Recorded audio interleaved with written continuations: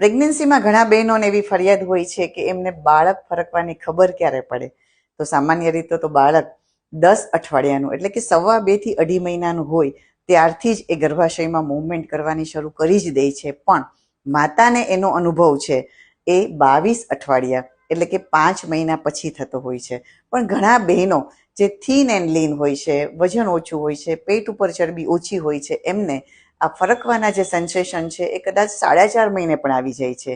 એવી જ રીતે જે બહેનોને પેટ પર ચરબી વધારે હોય છે તો એમને કદાચ 5ના બદલે 6 મહિને કે 5.5 મહિને ફરકવાનો ખબર પડે છે. તો અગર ડૉક્ટર એવું કહે છે કે સોનોગ્રાફીમાં બાળક બરાબર છે, મૂવમેન્ટ સરસ આવે છે, પાણીનું પ્રમાણ બરાબર છે, તો ફરકવાના સમય વિશે પ્રેગ્નન્ટ લેડીએ ચિંતા કરવી જોઈએ નહીં.